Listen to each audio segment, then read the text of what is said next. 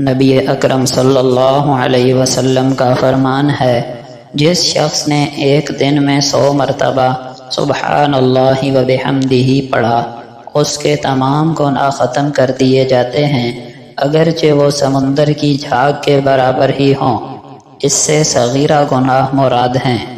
جس شخص نے صبح کے وقت 100 مرتبہ اور شام کے وقت 100 مرتبہ سبحان اللہ و بحمدہ پڑھا، قیامت کے دن اس سے افضل عمل کوئی بندہ لے کر نہیں آئے گا سوائے اس کے جس نے یہی عمل کیا ہو یا اس سے زیادہ کیا ہو۔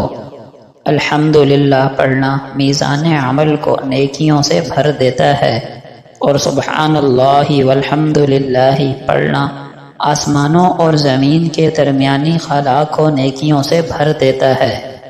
دنیا سے بے رغبت ہونے اور آخرت کی طرف راغب ہونے کے لیے موت کو یاد کرنا کافی ہے۔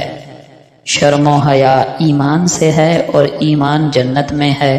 فحش گوئی سخت دلی سے ہے اور سخت دلی آگ میں ہے۔ اس بندے پر انتہائی تعجب ہے جو آخرت کے گھر کی تصدیق کرتا ہے لیکن دھوکے کے گھر یعنی دنیا کے لیے انتہائی کوشش کرتا ہے۔